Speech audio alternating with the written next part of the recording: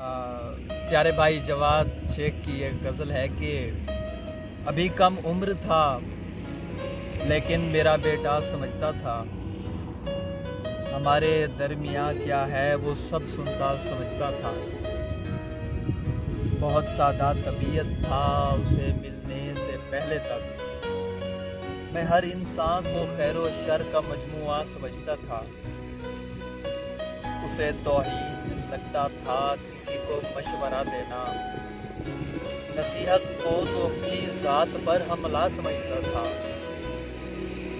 और समझने के लिए दुनिया में क्या क्या कुछ नहीं, लेकिन वो अपने आप को मेरे बराबर का समझता था। उसे तो आज तक ये भी नहीं मालूम हो पाया कि वो दरअसल क्या था और खुद को क्या समझता था। समझता था कि औरों को समझने की ज़रूरत है, वो पहले दिन से खुद को समझा या समझता था। और मैं उससे गुफ्तगू करता तो किस मौजू पर करता, जो हर एक वाक़या पहले से तय करता समझता था।